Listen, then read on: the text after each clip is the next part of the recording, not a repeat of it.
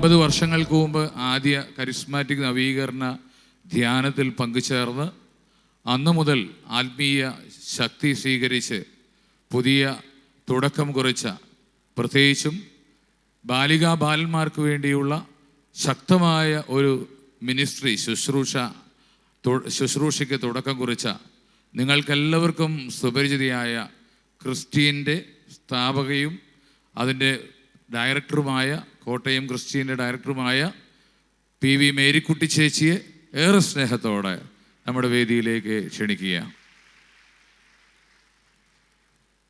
ചേച്ചി ഇരിക്കൂ. രണ്ടാമതായി ഞാൻ നിങ്ങളുടെ മുന്നിലേക്ക് ക്ഷണിക്കുന്നത്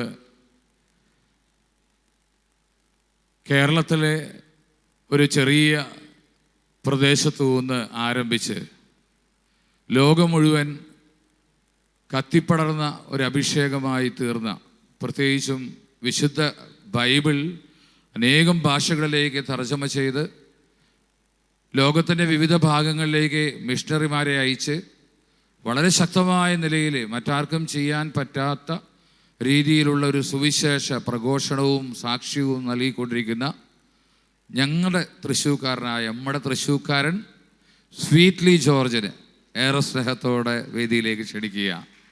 സ്വീറ്റ്ലി ചേട്ടാ, ഏറെ സ്നേഹത്തോടെ സ്വാഗതം.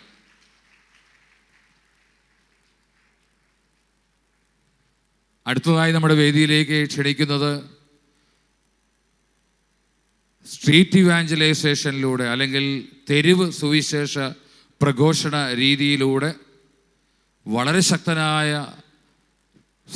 ശക്തമായ രീതിയിൽ കർത്താവിന് വേണ്ടി സാക്ഷ്യം നൽകിക്കൊണ്ടിരിക്കുന്ന കോഴിക്കോട് നിന്നുള്ള ഔസേപ്പച്ചനെയാണ്, ബ്രദർ ഔസേപ്പച്ചനെ ഏറെ സ്നേഹത്തോടെ ഞാൻ വേദിയിലേക്ക് ക്ഷണിക്കുക. നാലാമതായൊരു കുടുംബിനിയാണ്. ഇവിടെ കൂടിയിരിക്കുന്ന ഭൂരിഭാഗം സഹോദരിമാരുടെയും പ്രതിനിധി എന്ന നിലയിൽ ജീവകാരുണ്യ പ്രവർത്തന രംഗത്ത് തൻ്റേതായ ഒരു വ്യക്തിമുദ്ര പതിപ്പിച്ച പ്രിയപ്പെട്ട ട്രീസ തങ്കച്ചൻ, ഇടുക്കി രാജാക്കാട് സ്വദേശിനിയാണ്. ചേച്ചി ഏറെ സ്നേഹത്തോടെ വേദിയിലേക്ക് ക്ഷണിക്കുക. നല്ലൊരു കയ്യടി കൊടുക്കാം.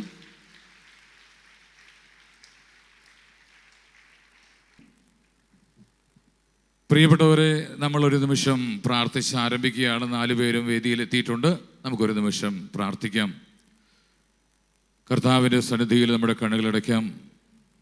ഈ സമയം മുഴുവൻ പരിശുദ്ധാത്മാവേ, അങ്ങ് ഞങ്ങളെ നയിക്കണമേ, വീണ്ടും ഞങ്ങളെ ജ്വലിപ്പിക്കണമേ. ഈ മക്കളുടെ വാക്കുകളിലൂടെ, ഇവരുടെ പ്രവർത്തനങ്ങളുടെ അനുഭവങ്ങളിലൂടെ ഒക്കെ ഞങ്ങളുടെ ഹൃദയങ്ങളിലേക്ക് വീണ്ടും തീ പകരണമേ. ഒരിക്കൽ കൂടി നമ്മളൊക്കെ പ്രാർത്ഥനയിലാണ് എങ്കിലും ഒരിക്കൽ കൂടി ഒന്ന് ചേർന്ന് കരങ്ങൾ ഉയർത്തി ഒന്ന് കർത്താവിനെ സ്തുതിക്കാം. Hallelujah, hallelujah, hallelujah, hallelujah, hallelujah. പരിശുദ്ധാത്മാവേ, അങ്ങ് തന്നെ നയിക്കണമേ, അങ്ങ് തന്നെ നിയന്ത്രിക്കണമേ, അങ്ങ് തന്നെ ഞങ്ങളോട് സംസാരിക്കണമേ. Hallelujah, hallelujah, hallelujah, hallelujah, hallelujah, hallelujah, hallelujah. Praise the lord. സ്വരം പോരാ. Hallelujah, praise the lord, praise the lord, praise the lord. പ്രിയപ്പെട്ടവരെ, ആദ്യമായി ഞാൻ നമ്മുടെ ആദ്യ നവീകരണ ശുശ്രൂഷാരംഗത്ത് ആദ്യകാലങ്ങളിൽ തന്നെ തൻ്റേതായ വ്യക്തിമുദ്ര പതിപ്പിക്കുവാൻ പരിശുദ്ധാത്മാവ് ഉപയോഗിച്ച മേരിക്കുട്ടി ചേച്ചിയിലേക്കാണ് ഞാൻ ആദ്യം പോകുന്നത്. ചേച്ചിയോട് എനിക്ക് ചോദിക്കാനുള്ള ചോദ്യം ഇതാണ്. ഈ 50 വർഷത്തെ നവീകരണ ശുശ്രൂഷയ്ക്ക് അല്ലെങ്കിൽ നവീകരണ അനുഭവത്തിൻ്റെ ഈ പ്രവർത്തനങ്ങൾക്കെല്ലാം ചേച്ചി എങ്ങനെയാണ് തുടക്കം കുറിച്ചത്? അല്ലെങ്കിൽ ചേച്ചിക്ക് ആദ്യമായിട്ട് ഈ ശുശ്രൂഷയിലേക്ക് കടന്നു വരാനുണ്ടായ ഒരു അനുഭവം എന്തായിരുന്നു? എങ്ങനെയാണ് ചേച്ചി ശുശ്രൂഷയിലേക്ക് കടന്നു വന്നത്? ഈ അനുഭവത്തിലേക്ക്, പ്രത്യേകിച്ച് നവീകരണ അനുഭവത്തിലേക്ക് ചേച്ചി എങ്ങനെയാണ് കടന്നു വന്നതെന്നുള്ളതാണ് എൻ്റെ ആദ്യത്തെ ചോദ്യം. ചേച്ചി അവിടെ ഇരുന്നാൽ കാണുമല്ലോ അല്ലേ? ഓക്കെ, അല്ലെങ്കിൽ ചേച്ചി എഴുതിട്ട്. ഞാൻ കോളേജിൽ പഠിച്ചുകൊണ്ടിരിക്കുന്ന സമയത്താണ് ആദ്യമായിട്ട് കരിസ്മാറ്റിക് ധ്യാനം കൂടിയത്.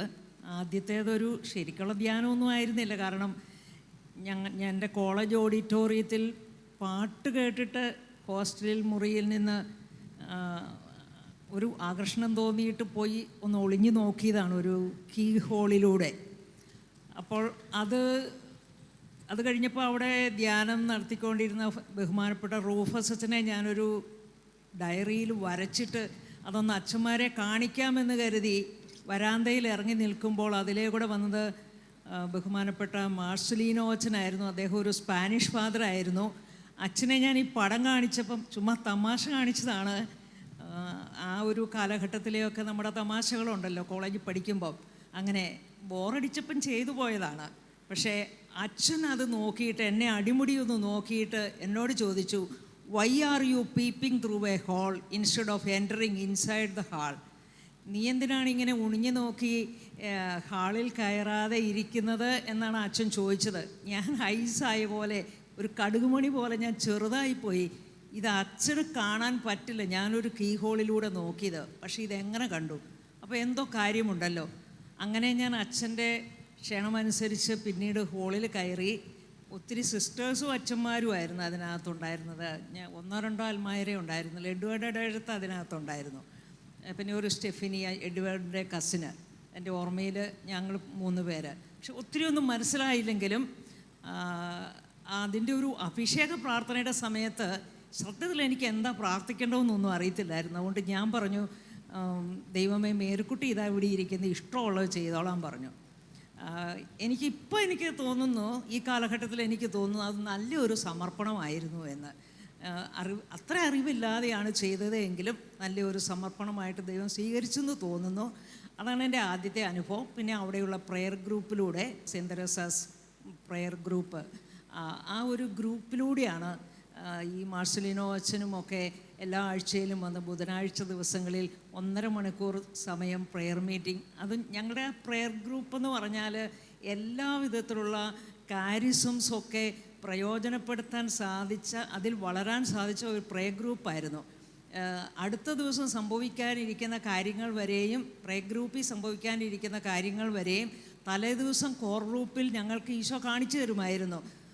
അത് ഭയങ്കര ഒരു അഭിഷേകമായിരുന്നു. അപ്പോൾ ആ ഗ്രൂപ്പിലൂടെയാണ് ഞാൻ വളർന്നത്. അതുകൊണ്ട് തന്നെ എറണാകുളത്തായിരുന്നതുകൊണ്ട് അധികം താമസിക്കാതെ തന്നെ ശുശ്രൂഷ മേഖലയിലേക്ക് എനിക്ക് ഇറങ്ങാൻ സാധിച്ചു. പിന്നെ ഈ ഒരു മിനിസ്ട്രിയിലേക്ക് ഇറങ്ങാൻ കാരണം, ആ ഒരു കാലഘട്ടത്തിൽ ഈ കുട്ടികളെയൊക്കെ കുറേ പരിചയപ്പെടാൻ സാധിച്ചു. ഞങ്ങളുടെ ഗ്രൂപ്പിൽ കിട്ടിയ ഒരു സന്ദേശം ഇതായിരുന്നു, മറ്റുള്ളവരിലേക്ക് ഇറങ്ങിച്ചെല്ലുക. കോളേജിൽ പഠിക്കുന്നവരായിരുന്നു ഞങ്ങൾ മിക്കവരും. അപ്പം ഞങ്ങളെങ്ങനെ എവിടെയോട്ടാണ് ഇറങ്ങിച്ചെല്ലുക? അവസാനം ഞങ്ങൾ തിരഞ്ഞെടുത്തത് തേവര ഷിപ്പ്യാർഡിൻ്റെ തൊട്ടടുത്തുള്ള ഒരു സ്ലം. ആ സ്ലമ്മിലെ കുട്ടികളായിരുന്നു എന്നെ ഒത്തിരി കാര്യങ്ങൾ പഠിപ്പിച്ചത്. ഒരു 10-30 കുട്ടികൾ സ്ലമ്മിലുണ്ടായിരുന്നു.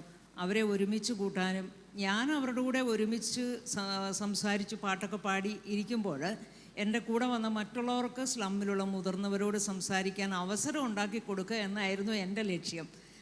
പക്ഷേ അത് നല്ലതായിട്ട് പരിണമിച്ചു. ഈ കുഞ്ഞുങ്ങളുടെ പ്രാർത്ഥനയിലൂടെ ആ സ്ലമ്മിൽ ഒരുപാട് അത്ഭുതങ്ങളും അടയാളങ്ങളും നടന്നു. അപ്പോൾ എന്നെ ചിന്തിപ്പിച്ചു. പിന്നെ അങ്ങനെ പ്രാർത്ഥിച്ചു. പിന്നെ ഒരു സ്വപ്നം കണ്ടു. ആ സ്വപ്നത്തിൽ ഒരു വന്യമൃഗം കുട്ടികളെ പിടിക്കാൻ പോകുന്ന ഒരു സ്വപ്നമാണ്. അപ്പോൾ ആ വന്യമൃഗത്തിൽ നിന്ന് കുട്ടികളെ രക്ഷിക്കുന്ന ഒരു സ്വപ്നം. അത് ഞാനിങ്ങനെ പ്രാർത്ഥിക്കുമ്പോഴൊക്കെ വീണ്ടും എൻ്റെ മനസ്സിൽ വരുമായിരുന്നു. കുറേ നാൾ പ്രാർത്ഥിച്ചു, പലരോടും അച്ഛന്മാരോടൊക്കെ ചോദിച്ചു. അവസാനം എനിക്ക് ഒരു സിസ്റ്ററാണ്, ഒത്തിരി പഠിച്ചിട്ടൊന്നുമില്ലാത്ത ഒരു സിസ്റ്റർ ഇപ്പോഴും ജീവിച്ചിരിപ്പുണ്ട്, എറണാകുളത്തുണ്ട്. സിസ്റ്റർ കോൺസുലേറ്റ, ഒരു FCC സിസ്റ്ററാണ് എനിക്ക് ഈ സ്വപ്നത്തിൻ്റെ അർത്ഥം പറഞ്ഞു തന്നത്. നീ കുട്ടികളുടെ ഇടയിൽ പ്രവർത്തിക്കണം എന്നുള്ളത്. അങ്ങനെയാണ് മേരി ചേച്ചി ഈ പ്രവർത്തനങ്ങളിലേക്ക് ഇറങ്ങിച്ചെന്നത് അല്ലേ? അങ്ങനെയാണ് കുട്ടികളിലേക്കെന്നുള്ളത് ഫിക്സ് ചെയ്തത്. പിന്നെ കാലത്തിൻ്റെ അടയാളങ്ങൾ, കുട്ടികൾക്ക് ഒത്തിരി പ്രശ്നമുണ്ടെന്ന് മനസ്സിലായി. ഈശോയുടെ ആഗ്രഹം, കുഞ്ഞുങ്ങൾ എൻ്റെ അടുക്കൽ വരട്ടെ, അവരെ തടയരുത് എന്നുള്ള ഈശോയുടെ ആഗ്രഹം മനസ്സിലായി. ഈ ചെറിയവരിൽ ഒരുവൻ പോലും നശിച്ചു പോകുവാൻ എൻ്റെ സ്വർഗസ്ഥനായ പിതാവ് ആഗ്രഹിക്കുന്നില്ല. ഇങ്ങനെയുള്ള വചനങ്ങൾ. പിന്നെ വളരെ പേഴ്സണലായിട്ട് അതിനുവേണ്ടി മാത്രം ഒരു കമ്മിറ്റ്മെൻ്റ് എടുക്കാനായിട്ട് സഹായിച്ചത് ഒരു ദൈവവചനമാണ്. അത് വിലാപങ്ങളുടെ പുസ്തകം 2-ാം അധ്യായം 19-ാമത്തെ വാക്യം. രാത്രിയിൽ യാമങ്ങളുടെ ആരംഭത്തിൽ എഴുന്നേറ്റ് ഉറക്കെ നിലവിളിക്കുക, 4 കവലകളിൽ വിശന്ന് തളർന്ന് വീഴുന്ന നിൻ്റെ മക്കളുടെ ജീവന് വേണ്ടി ജലധാര പോലെ നിൻ്റെ ഹൃദയത്തെ ചൊരിയുക. ഈ വചനം എപ്പോഴും എനിക്ക് എൻ്റെ മനസ്സിൽ ഓർമ്മ വരും. അപ്പം ഞാൻ അതേക്കുറിച്ച് ഒത്തിരി പ്രാർത്ഥിച്ചു. അങ്ങനെ പ്രാർത്ഥിച്ച് അന്ന് ഞാനിങ്ങനെ ഈശോയോട് തർക്കിച്ച് തിരിച്ചു പറയുമായിരുന്നു, ഇവിടെ എവിടെയാണ് പിള്ളേർ നാൽക്കവലയിൽ വീഴുന്നത്. പക്ഷേ ഇന്ന് നിങ്ങളുടെ മുമ്പിൽ നിൽക്കുമ്പോൾ വേദനയോടുകൂടെ ഞാൻ പറയട്ടെ, നമ്മുടെ നാൽക്കവലകളിൽ അന്നത്തേതിനേക്കാൾ അധികം കുഞ്ഞുങ്ങൾ ഇന്ന് തളർന്നു വീണുകൊണ്ടിരിക്കുകയാണ്. നമ്മളെല്ലാവരും ജീവിക്കുന്നത് നമ്മുടെ മക്കൾക്ക് വേണ്ടിയാണ്. വരും തലമുറ അവരുടേതാണ്. അവരിൽ വിശ്വാസം ഉണ്ടാകുവാനായിട്ട് തീർച്ചയായിട്ടും കുഞ്ഞുങ്ങളുടെ ഇടയിലെ നമ്മളുടെ സുവിശേഷ വേല വളരെ ഫലവത്താകും. ഓക്കെ ചേച്ചിയുടെ വ്യക്തിപരമായ ദൈവാനുഭവം നമ്മൾ കണ്ടു. ഒരു ചെറിയ ഓട്ടയിലൂടെ നോക്കി, അതിലൂടെ ധ്യാനത്തിൽ എന്ത് നടക്കുന്നു എന്ന് അറിയാൻ നോക്കി. പക്ഷേ ദൈവം അവിടെ ചേച്ചിയിൽ പ്രവർത്തിക്കാൻ തുടങ്ങി. നമുക്കും ഇതുപോലെ ഒത്തിരി അനുഭവങ്ങൾ പറയാനുണ്ടാകും. ആദ്യത്തെ ദൈവാനുഭവം, പേഴ്സണൽ ഗോഡ് എക്സ്പീരിയൻസ്, ആദ്യത്തെ വ്യക്തിപരമായ ദൈവാനുഭവം, അതാണ് നമ്മുടെ ജീവിതത്തെ മാറ്റിമറിച്ചത്. നമ്മൾ സ്വീറ്റ്ലി ചേട്ടനിലേക്ക് പോവുകയാണ്. സ്വീറ്റ്ലി ചേട്ടന് എന്താണ് ആദ്യമായിട്ടുണ്ടായ ദൈവാനുഭവം? അതൊന്ന് കേൾക്കാൻ ഞങ്ങൾ ആഗ്രഹിക്കുന്നു. ഞാൻ ആദ്യമായിട്ട് ധ്യാനം കൂടുന്നത് 9ാം ക്ലാസ്സിൽ പഠിക്കുന്ന സമയത്ത് എന്നെ നിർബന്ധിച്ച് ഒരു ധ്യാനത്തിന് കയറ്റിവിട്ടതാണ്. അങ്ങനെ ആ ധ്യാനത്തിൽ, ആദ്യത്തെ കരിസ്മാറ്റിക് ധ്യാനത്തിൽ എന്നെ കർത്താവ് തൊട്ടു. അതിനുശേഷം ക്രിസ്തുവിനെ അറിയാത്ത ആൾക്കാർക്ക് ക്രിസ്തുവിനെ കൊടുക്കണം എന്നുള്ള ആ ഒരു തീഷ്ണത ആദ്യത്തെ ധ്യാനത്തിൽ എന്നെ കർത്താവ് തന്നു. അതാണ് എൻ്റെ ആദ്യം നവീകരണത്തിൽ വന്നത്. അത് ഒരു ക്രിസ്ത്യൻ ധ്യാനമായിരുന്നു. അത് കഴിഞ്ഞ് ക്രിസ്ത്യൻ ധ്യാനത്തിലൂടെ കടന്നു വന്നു. അത് കഴിഞ്ഞ ശേഷം ജീസ് യൂത്തിൽ ആക്റ്റീവായിരുന്നു. ഞാനൊരു മിഷണറി ആയത് അതൊരു അനുഭവത്തിലൂടെയാണ്. ഞാനൊരു മിഷണറി ആവാനുള്ള സാഹചര്യം ഉണ്ടായതൊരു സ്വാന്തന കമ്മ്യൂണിറ്റിയുടെ ഒപ്പം. അതായത് അതുവരെ ഞാൻ ജീസ് യൂത്തിൽ ആക്റ്റീവായിരുന്നു. സ്വാന്തന കമ്മ്യൂണിറ്റിയുടെ ഒപ്പം ഒരു മിഷൻ യാത്ര 91-92 കാലഘട്ടത്തിൽ വാരണാസിയിൽ, കാശി അല്ലെങ്കിൽ ബനാറസ് പറയുന്ന സ്ഥലത്ത് ഒരു മാസം മധ്യസ്ഥ പ്രാർത്ഥനയ്ക്ക് പോയതാണ്. അവിടെ വെച്ചിട്ടുണ്ടായൊരു ദൈവാനുഭവമാണ് എന്നെ ഒരു മിഷണറിയാക്കി മാറ്റിയത്. അവിടുത്തെ IMS അച്ഛന്മാരുടെ കൂടെ മാസത്തിലോ അല്ലെങ്കിൽ കൊല്ലത്തിലോ ഒരിക്കൽ കുർബാന ഉള്ള വില്ലേജ് ചർച്ചുകളിലേക്ക് പോകാനുള്ള അവസരം കിട്ടി. അങ്ങനെ ഒരു സ്ഥലത്ത് പോയി.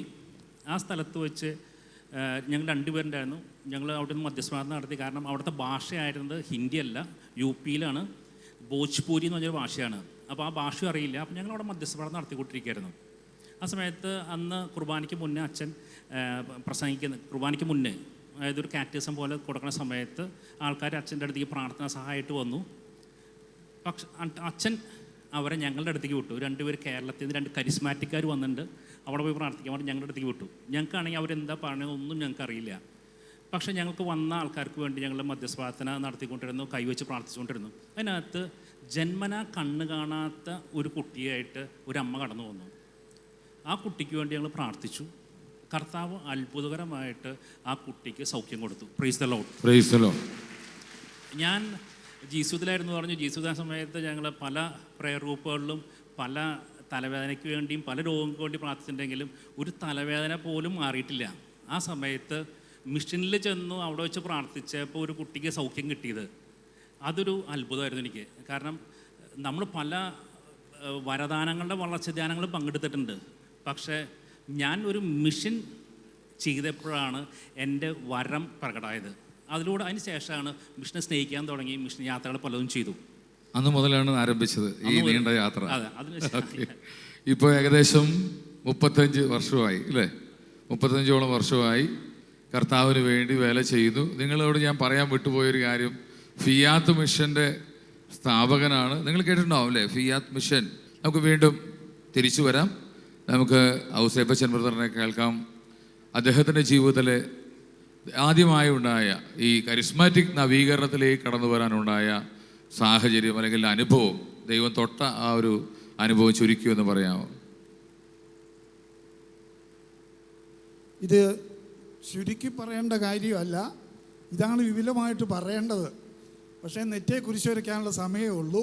അതുകൊണ്ട് ചുരുക്കി പറയാണ്.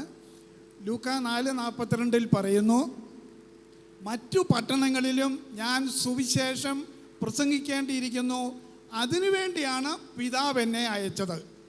യേശു ശിഷ്യന്മാരെ അയച്ചതും സുവിശേഷം പ്രസംഗിക്കാനാണ്. പ്രിയപ്പെട്ടവരെ, എൻ്റെ ഒരു ആദ്യത്തെ അനുഭവം എന്ന് പറഞ്ഞാൽ 1978 എൻ്റെ വിവാഹം. വിവാഹം കഴിഞ്ഞ നാളുകളിൽ എങ്ങനെയും കുറച്ച് പണം ഉണ്ടാക്കണം, ആ ഒരു ചിന്ത എൻ്റെ തലയിലുണ്ടായിരുന്നുള്ളൂ. അങ്ങനെ എളുപ്പത്തിൽ പണം ഉണ്ടാക്കാനുള്ളൊരു മാർഗമെന്നുള്ള നല്ലൊരു ബിസിനസ് തുടങ്ങി. അത് 8 നില പൊട്ടി. ആകെപ്പാടെ നാണക്കേടായി ഭയങ്കര വിഷമത്തിൽ ഞാൻ നടക്കുക. ആരുമായിട്ടും സംസാരമില്ല. അങ്ങനെ നടക്കുമ്പോഴേ ഒരു സ്ഥലത്ത് ഒരു വചനപ്രഘോഷണം രോഗശാന്തി ശുശ്രൂഷയും നടക്കുക. യാദൃച്ഛികമായിട്ട് ഞാൻ അവിടെ ചെന്നുവിട്ടു. അപ്പോൾ ഞാൻ ചെല്ലുമ്പോൾ ഈ കൺവെൻഷൻ അവസാനിക്കാൻ തുടങ്ങുക. അപ്പോൾ അവസാനത്തെ പ്രാർത്ഥനയാണ്. സ്റ്റേജിൽ നിന്നുകൊണ്ട് വചനപ്രഘോഷകനും കൂട്ടാളികളും നിന്നുകൊണ്ട് അവർ പ്രാർത്ഥിക്കുകയാണ്. അവരെ സാത്താനെ ബന്ധിച്ചുകൊണ്ട് വചനം പറഞ്ഞ് സാത്താനെ ബന്ധിച്ച് അവർ പ്രാർത്ഥിക്കുകയാണ്. പ്രിയപ്പെട്ടവരെ, അകലെ ഒരു കാഴ്ചക്കാരനായി നിന്ന എനിക്ക് ആ സമയത്ത് വലിയൊരു അനുഭവമുണ്ടായി. 1000 കിലോ എൻ്റെ ശരീരത്തിൽ നിന്ന് വിട്ടുപോകുന്ന ഒരു അനുഭവം. എൻ്റെ ഉള്ളു നിറയെ സന്തോഷം. ഞാൻ പറക്കുന്ന ഒരു അനുഭവത്തിലായി. അതാണ് എൻ്റെ ആദ്യത്തെ അനുഭവം എന്ന് പറയുന്നത്. പിന്നീട് ഒരിക്കൽ ഞാൻ ഈ വചന ശുശ്രൂഷയിലേക്ക് വന്ന് ഒരു ദിവസം ഞങ്ങളിങ്ങനെ ശുശ്രൂഷ ചെയ്ത് പോകുമ്പോൾ വഴിയരിയിൽ ഒരാൾ നിന്ന് പ്രസംഗിക്കുന്നു. അയാൾ എന്താ പ്രസംഗിക്കുന്നത് കേൾക്കാൻ വേണ്ടി ഞങ്ങളവിടെ നിന്നു. അദ്ദേഹം പ്രസംഗിച്ച് കഴിഞ്ഞപ്പോഴേ നന്നായിട്ട് അദ്ദേഹം വചനം പറയുന്നുണ്ട്. ഒരു ചായ കുടിക്കാമെന്നും പറഞ്ഞ് ഞങ്ങൾ ഹോട്ടലിൽ കയറിയപ്പോൾ എൻ്റെ കൂടെയുള്ള കാരിക്കാട്ട് ജോസ് എന്ന് പറയുന്ന കണ്ണൂർ ജില്ലയിലെ കുട്ടാവറം എന്ന് പറഞ്ഞ സ്ഥലത്ത് താമസിക്കുന്ന കാരിക്കാട്ട് ജോസ് ഇദ്ദേഹത്തോട് പറഞ്ഞു, കുറച്ചും കൂടെ തെക്കോട്ട് മാറി നിന്നിരുന്നെങ്കിൽ അവിടെ ബസ് സ്റ്റാൻഡ് അവർ കൂടി കേൾക്കുമായിരുന്നല്ലോ. അന്നേരം അദ്ദേഹം പറഞ്ഞു, ഞാൻ ആർക്കും ഒരു ശല്യം ചെയ്യാതെ ഒരു ഒഴിഞ്ഞ കോണിൽ നിന്നാണ് ഞാൻ വചനം പറയുന്നത്. ആർക്കും ഒരു ശല്യം ചെയ്യുന്നില്ല. ഞാൻ വചനമാണ് പറയുന്നതെന്ന് കാണുന്നവർക്കൊക്കെ അറിയാം. ആവശ്യമുള്ളവർ വന്ന് കേട്ടോട്ടെ, മാനസാന്തരപ്പെട്ടോട്ടെ, സ്വർഗത്തിൽ പോക്കോട്ടെ. എന്നോട് സുവിശേഷം പറയാനേ കർത്താവ് പറഞ്ഞിട്ടുള്ളൂ. അത് കഴിഞ്ഞ് അദ്ദേഹം പറയാണ്, ഞാൻ പറഞ്ഞത് നിസ്സാര കാര്യമല്ല, ഒരു മനുഷ്യൻ്റെ ജീവനാണെന്ന്. പ്രിയപ്പെട്ടവരെ, ഈ വാക്ക് എൻ്റെ ഉള്ളിൽ തട്ടി. ഇതൊരു ദൈവവചനമാണെന്ന് എനിക്കറിയത്തില്ലായിരുന്നു.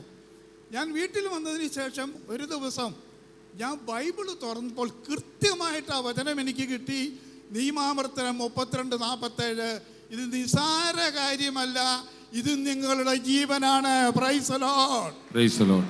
പ്രിയപ്പെട്ടവരെ, ഒന്നാമത്തെ മാർപ്പാപ്പ പറയുന്നു, ഞങ്ങൾ ആരുടെ അടുക്കിലേക്ക് പോകും? നിത്യജീവന്റെ വചനം നിന്റെ പക്കലുണ്ടല്ലോ. ഫിലിപ്പിയർക്കെഴുതിയ 2:16 പറയുന്നു, ജീവന്റെ വചനത്തെ മുറുകെ പിടിക്കുവീൻ. ജീവന്റെ വചനത്തെ മുറുകെ പിടിക്കുവീൻ. പിയോ മസ്കർനാസ് എന്ന് പറയുന്ന വലിയ ധ്യാനഗുരു ഒരു പുസ്തകം എഴുതിയിട്ടുണ്ട്.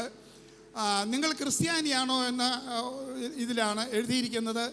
അതിൽ അദ്ദേഹം പറയാണ്, നമ്മൾ കൗദാശവൽക്കരിക്കപ്പെട്ടു, എന്നാൽ സുവിശേഷവൽക്കരിക്കപ്പെട്ടില്ല. Price the Lord. അതാണ് നമ്മുടെ പരാജയം എന്ന് പറയുന്നത്. പ്രഭാഷകന്റെ പുസ്തകം 42:15 പറയുന്നു, കർത്താവ് തൻ്റെ പ്രവർത്തികൾ വചനം വഴി നിർവഹിക്കപ്പെടുന്നു. മത്തായി 8:16 പറയുന്നു, സായാഹ്നമായപ്പോൾ ധാരാളം രോഗികള്, അസ്മാര രോഗികളെ, പിശാച് ബാധിതര്, അവരെ അവൻ്റെ അടുത്ത് കൊണ്ടുപോകുന്നു. അവൻ വചനം ഉപയോഗിച്ച് അവയെ പുറത്താക്കി, രോഗികളെ സുഖമാക്കി എന്ന്. പ്രിയപ്പെട്ടവരെ, അങ്ങനെ വചനത്തിൻ്റെ പ്രാധാന്യം മനസ്സിലാക്കി അത് ജീവിതത്തിൽ അനുഭവിച്ച് ഓരോ അനുഭവങ്ങളിലൂടെ അനുഭവിച്ചാണ് ഈ ശുശ്രൂഷയിലേക്ക് ഞാൻ വന്നത്. ഓക്കെ, വീണ്ടും അടുത്ത ചോദ്യങ്ങളായിട്ട് നമുക്ക് ഔസേപ്പച്ചൻ ചേട്ടൻ്റെ അടുത്തേക്ക് പോകാം. ഔസേപ്പച്ചൻ ചേട്ടനെ കർത്താവ് പിടിച്ച് വലിച്ച് കർത്താവിന് സ്വന്തമാക്കിയതാണ്. നമുക്കൊരു നല്ല കയ്യടി കൊടുക്കാം. വീണ്ടും നമ്മൾ നേരത്തെ ഞാൻ സൂചിപ്പിച്ചു, നമ്മുടെ കൂടെ ഒരു കുടുംബിനിയുണ്ട്. ജീവകാരുണ്യ പ്രവർത്തന മണ്ഡലങ്ങളിൽ പ്രവർത്തിക്കുന്ന ട്രീസ ചേച്ചിയെ തൻ്റെ അനുഭവം പങ്കുവയ്ക്കും. അതിനു മുമ്പേ ട്രീസ ചേച്ചി എങ്ങനെയാണ് കർത്താവിനെ കണ്ടുമുട്ടിയത്, എങ്ങനെയാണ് ഈ കരിസ്മാറ്റിക് അനുഭവത്തിലേക്ക് ഞാൻ സൂചിപ്പിക്കാൻ കാരണം, ഇവരെല്ലാവരും തന്നെ കരിസ്മാറ്റിക് ധ്യാനത്തിൽ പങ്കെടുത്ത അല്ലെങ്കിൽ ഒരു കരിസ്മാറ്റിക് അനുഭവത്തിന് ശേഷമാണ് എല്ലാവരും ഒരു പുതിയ ശുശ്രൂഷകൾക്ക് തുടക്കം കുറിച്ചത്. അതുകൊണ്ട് അവരുടെ അടിത്തറ നമുക്കൊന്ന് മനസ്സിലാക്കാം. ചേച്ചിക്ക് ആദ്യം ഉണ്ടായ ദൈവാനുഭവം എന്തായിരുന്നു? സ്നേഹമുള്ളവരെ, ഇന്ന് രാവിലത്തെ 2 സെക്ഷൻ, ഒന്ന് നമ്മുടെ ഡാനിയലച്ചൻ്റെ ആയിരുന്നു, രണ്ടാമത്തെ സെക്ഷൻ ബോബി അച്ഛനായിരുന്നു. ഈ 2 സെക്ഷനിലെ ക്ലാസ്സുകളും എന്നെയും എൻ്റെ 1.5 വയസ്സുള്ള മോൻ്റെ കുഞ്ഞിനെയും ഒത്തിരിയധികം സ്പർശിച്ചതാണ്. കാരണം ഡാനിയലച്ചൻ്റെ ടോക്ക് മൊബൈലിൽ കേട്ടുകൊണ്ടിരുന്നപ്പോൾ ഞാൻ നോക്കിയപ്പം എൻ്റെ 1.5 വയസ്സുള്ള മോൻ്റെ കുഞ്ഞാണ്. അവൻ ഓടി നീന്തി വലിഞ്ഞ് പ്രാർത്ഥനാ റൂമിലേക്ക് കയറി 2 കൈകൾ ഉയർത്തി സ്തുതിക്കാൻ തുടങ്ങി. 2 മിനിറ്റ് കഴിയുമ്പോൾ വീണ്ടും അവൻ കൈയടിക്കും. അങ്ങനെ ഏകദേശം 2 മിനിറ്റോളം ആ കുഞ്ഞ് സ്തുതിക്കുന്നത് കണ്ട് ഞാനത് വീഡിയോ എടുത്ത് 1-2 പേർക്ക് ഞാൻ അയച്ചു കൊടുത്തു. എനിക്ക് ഭയങ്കര ഒരു അനുഭവമായിരുന്നു. പിന്നെ ബോബി അച്ഛൻ പറഞ്ഞൊരു കാര്യം, അച്ഛൻ്റെ ആ ദൈവാനുഭവം, അച്ഛൻ്റെ അമ്മയിലൂടെയാണ് അച്ഛൻ ആ ദൈവാനുഭവത്തിലേക്ക് കടന്നു വന്നത്. അത് തന്നെയാണ് എനിക്കും പറയാനുള്ളത്. എൻ്റെ കുഞ്ഞുനാളിൽ എൻ്റെ അമ്മ ഒത്തിരി പ്രാർത്ഥിക്കുന്ന ഒരാളാണ്. 6-7 വയസ്സ് മുതൽ ഞാൻ എൻ്റെ അമ്മയെ കണ്ടുപിടിച്ചത് അമ്മ രാത്രിയുടെ യാമങ്ങൾ, അതുപോലെ തന്നെ ഉപവാസം, നോയമ്പെന്ന് പറഞ്ഞാൽ ഒരു നോയമ്പ് പോലും അമ്മ ഉപേക്ഷിക്കില്ല. അതുപോലെ പരിശുദ്ധ കുർബാന ഞാൻ കണ്ടിരിക്കുന്നത് ഞായറാഴ്ചത്തെ 3 കുർബാനയിലും അമ്മ പങ്കെടുക്കും. അപ്പം ഞങ്ങൾ ചോദിക്കും, അമ്മയെ ഒന്ന് പോരെ, നിങ്ങൾക്ക് എന്നെ കുഴപ്പം എന്ന് പറഞ്ഞുകൊണ്ട് ഓടുന്ന ഒരമ്മ. ആ അമ്മയിൽ നിന്നുമാണ് ഞാൻ വലിയൊരു അഭിഷേകം എന്ന് പറഞ്ഞാൽ അമ്മ എന്നെ ചേർത്ത് പിടിച്ചു. വെള്ളിയാഴ്ച ദിവസങ്ങളിൽ അമ്മയ്ക്ക് ഉപവാസമാണ്. അപ്പോൾ അമ്മ എന്നോട് പറയും, എടി കൊച്ചേ, നീ എടുക്കുന്നുണ്ടോ, ചെറിയ രീതിയിൽ എടുത്താൽ മതി, എനിക്ക് ഇടയ്ക്ക് കാപ്പിയൊക്കെ ഇട്ട് തരും. അങ്ങനെ വെള്ളിയാഴ്ച ദിവസം ഞാനും അമ്മയും ഒരുപോലെ ഉപവാസത്തിലാണ്. വെളുപ്പിന് 4 മണിയാകുമ്പോഴത്തേക്കും അമ്മ എഴുന്നേറ്റ്, ഇന്നും എൻ്റെ മനസ്സിൽ കിടക്കുന്ന കാര്യങ്ങളാണ്, പുട്ടും പഴവും എനിക്ക് ഒത്തിരി ഇഷ്ടമാണ്. അപ്പം അത് ഉണ്ടാക്കി തരും. അപ്പം ഞാൻ എല്ലാ ആഴ്ചയിലും വെള്ളിയാഴ്ച ആയിക്കഴിഞ്ഞാൽ ഉപവാസം രാവിലെ വെളുപ്പിന് എനിക്ക് കാപ്പി കിട്ടും. പക്ഷേ ഈ അമ്മ എന്നെ ചേർത്ത് പിടിച്ചുകൊണ്ട് ഈശോയെപ്പറ്റി ഒത്തിരി കാര്യങ്ങൾ പറഞ്ഞു തന്നു. അപ്പോൾ ഞാൻ ആ അമ്മയിൽ നിന്നുമാണ് ആത്മാവിൻ്റെ വലിയൊരു അഭിഷേകം ഞാൻ സ്വീകരിക്കുന്നത്. അതാണ് എൻ്റെ ആത്മീയ തലത്തിൽ അല്ലെങ്കിൽ ഇന്ന് ഇവിടെ എന്നെ നിർത്തിയിരിക്കുന്നത്. ചേച്ചിക്ക് ആദ്യമായിട്ട് ഉണ്ടായ ദൈവാനുഭവം എന്തായിരുന്നു? അതിനുശേഷം ഈ അനുഭവത്തിലൂടെ ഞാനിങ്ങനെ വളർന്നു വന്നുകൊണ്ടിരുന്നപ്പോൾ എനിക്ക് ആത്മാവിൻ്റെ വരങ്ങൾ കിട്ടാൻ തുടങ്ങി. അത് എനിക്ക് ആത്മാവിൻ്റെ വരങ്ങളൊന്നും അറിയത്തില്ല. അപ്പോൾ എൻ്റെ അടുത്ത് ഒരു 10-12 വയസ്സൊക്കെ ഉള്ളപ്പോൾ എൻ്റെ അടുത്ത് ഏതെങ്കിലും ഒരു കൊച്ചു വന്നാൽ, വീട്ടിലാരെങ്കിലും വന്നാൽ, ഞാൻ അമ്മയോട് ഓടിച്ചെന്ന് പറയും, അമ്മ ഇത് ഇന്ന ചേച്ചി വന്നു, അല്ലെങ്കിൽ ഇന്ന ചേട്ടൻ വന്നു, ആ ചേട്ടൻ്റെ കാര്യങ്ങൾ ഈശോ എനിക്ക് വെളിപ്പെടുത്തി തരും. അപ്പം ഞാൻ അമ്മയോട് പറയും, അമ്മ ഇങ്ങനെ കാണുന്നല്ലോ. അപ്പോൾ അമ്മ എന്നോട് പറഞ്ഞു തന്നു പരിശുദ്ധാത്മാവിൻ്റെ പ്രവർത്തനമെന്ന്. അമ്മയിലൂടെയാണ് ആദ്യമായിട്ട് ദൈവ അനുഭവത്തിലേക്ക് അല്ലെങ്കിൽ ആത്മാവിൻ്റെ ആ വലിയ ദർശനങ്ങൾ എനിക്ക് കിട്ടാൻ തുടങ്ങിയത്. ഓക്കെ, മാതാപിതാക്കളാണ് നമ്മുടെ മക്കൾക്ക് മാതൃകയാകേണ്ടതെന്ന് നമ്മൾ പലവട്ടം പറയുന്നതാണ്. ചേച്ചിയുടെ ജീവിതത്തിലെ അമ്മയാണ് എല്ലാം, അല്ലേ? അമ്മയിലൂടെയാണ് വലിയ ദൈവാനുഭവത്തിലേക്ക് വന്നത്. കുറച്ച് നാളിലെ തൻ്റെ കർത്താവ് എടുത്തുപയോഗിക്കാൻ തുടങ്ങി. പിന്നീട് എപ്പോഴായിരിക്കും ധ്യാനം കൂടിയത്? അപ്പോൾ ഞങ്ങൾ 10ാം ക്ലാസ് +2 ഒക്കെ പഠിച്ചുകൊണ്ടിരുന്ന സമയത്ത് വിഷൻ ഇങ്ങനെ വന്നുകൊണ്ടിരിക്കും. എനിക്ക് ഒത്തിരി ഫ്രണ്ട്സ് വരും. അവരുടെ ആവശ്യങ്ങൾക്ക് വേണ്ടി, കാരണം എന്നിൽ നിന്നും കുട്ടികൾ അടുത്ത് വരുമ്പോൾ തന്നെ ഞാൻ ആ കുട്ടിയുടെ കാര്യങ്ങൾ പറയും. ഇതൊന്നും എനിക്ക് അന്നൊന്നും അത്രയൊന്നും അറിയത്തില്ല. അങ്ങനെ എനിക്ക് ഒത്തിരി ഫ്രണ്ട്സായി. അപ്പം ഞാനിങ്ങനെ കുടുംബജീവിതത്തിലേക്ക് പ്രവേശിച്ച സമയങ്ങളിൽ ഒത്തിരി പ്രാർത്ഥിക്കുമായിരുന്നു. ജപമാല, കാരണം അമ്മയിൽ നിന്ന് കിട്ടിയിരിക്കുന്നതാണ്. അപ്പം ഞാനും അമ്മയുടെ കൂടെ നിന്ന് അങ്ങനെ ഒത്തിരി ജപമാല ചൊല്ലും. ഇതെൻ്റെ കുടുംബജീവിതത്തിലേക്ക് ഞാൻ പ്രവേശിച്ച് കഴിഞ്ഞപ്പോൾ ഇതേ ഒരു അനുഭവം. അങ്ങനെ പ്രാർത്ഥിച്ചുകൊണ്ടിരിക്കുന്ന സമയത്താണ് ശരിക്കും പറഞ്ഞാൽ ഞാൻ കുഞ്ഞുങ്ങളെക്കുറിച്ച്, ഉപേക്ഷിക്കപ്പെടുന്ന കുഞ്ഞുങ്ങൾ, അപ്പോൾ ഈ കുഞ്ഞുങ്ങളുടെ ഒരു വിഷൻ ഞാൻ കാണുക. അപ്പോൾ ഇത് എനിക്ക് ശരിയോ തെറ്റോ അതുമായി ബന്ധപ്പെട്ട ഒത്തിരി കാര്യങ്ങൾ എന്നെ കാണിച്ചിരുന്നുണ്ട്. വണ്ടി, വാഹനം, അതുപോലെ തന്നെ ബിൽഡിങ്, ഈ കുഞ്ഞുങ്ങളുമായിട്ട് ഞാൻ നടക്കുന്നത്. അപ്പോൾ ഇത് ശരിയാണോ ഒന്നും എനിക്കറിയത്തില്ല. അങ്ങനെ ഞാൻ ഇവിടെ ഈ ഡിവൈൻ ധ്യാന സെൻറ്ററിൽ ഒരാഴ്ചത്തെ ധ്യാനത്തിന് വരും. ഏത് വർഷമായിരുന്നു അത്? 96-ൽ. ഓക്കെ. അങ്ങനെ ഇവിടെ വന്നു ധ്യാനം ഒരാഴ്ച കൂടി. ഞാൻ കണ്ടത് ശരിയാണോ എന്ന് അറിയാൻ ഞാനിവിടെ അന്ന് എന്നെ കൗൺസിലിംഗ് ചെയ്ത ബ്രദേഴ്സ്, അതുപോലെ ഒരു അച്ഛനുണ്ടായിരുന്നു. ഞാൻ അവരോടിങ്ങനെ ചോദിച്ചു, അച്ഛൻ ഇങ്ങനെ ഞാൻ കാണുന്നു ബ്രദർമാരെ, എനിക്കറിയത്തില്ല ഇതെന്താണെന്ന്. അപ്പോൾ അവർ പ്രാർത്ഥിച്ചു കഴിഞ്ഞപ്പോൾ എന്നോട് ഇത് പറഞ്ഞ ഒരു കാര്യം ഇതാണ്, ഇത് ദൈവം ആഗ്രഹിക്കുന്ന ഒരു ശുശ്രൂഷ മേഖലയിലേക്ക് ചേച്ചിനെ നയിക്കുവാണ്. ഇത് സ്വർഗത്തിൽ രജിസ്റ്റർ ചെയ്തിരിക്കുന്നു. പേര് സഹിതം കാണിച്ചു തന്നു, സ്ഥലം കാണിച്ചു തന്നു, പോയി തുടങ്ങിക്കോളാൻ പറഞ്ഞു. അന്ന് എനിക്ക് കിട്ടുന്ന ഒരു മെസ്സേജ് ഇതാണ്. അപ്പോൾ എൻ്റെ ചെറിയ കാലം ഞാൻ ഒത്തിരി ശുശ്രൂഷ മേഖല മീൻസ് വഴിയിലൂടെയൊക്കെ അലഞ്ഞു തിരിയുന്ന മാനസിക രോഗികൾ, ആരുമില്ലാത്തവർ, ഇങ്ങനെയൊക്കെ ഉള്ളവരെ ഞങ്ങൾ അവരെ ഹോസ്പിറ്റലിൽ കൊണ്ടുപോകേണ്ട കേസാണെങ്കിൽ അങ്ങനെ കൊണ്ടുപോകും. സ്വന്തം വീട്ടിൽ താമസിപ്പിക്കേണ്ട സാഹചര്യം വന്ന് അങ്ങനെ താമസിപ്പിക്കാനും. അപ്പോൾ എനിക്ക് പറയാനുള്ളത്, ദൈവം അനാഥയിലെ എന്നെ തിരഞ്ഞെടുത്തു.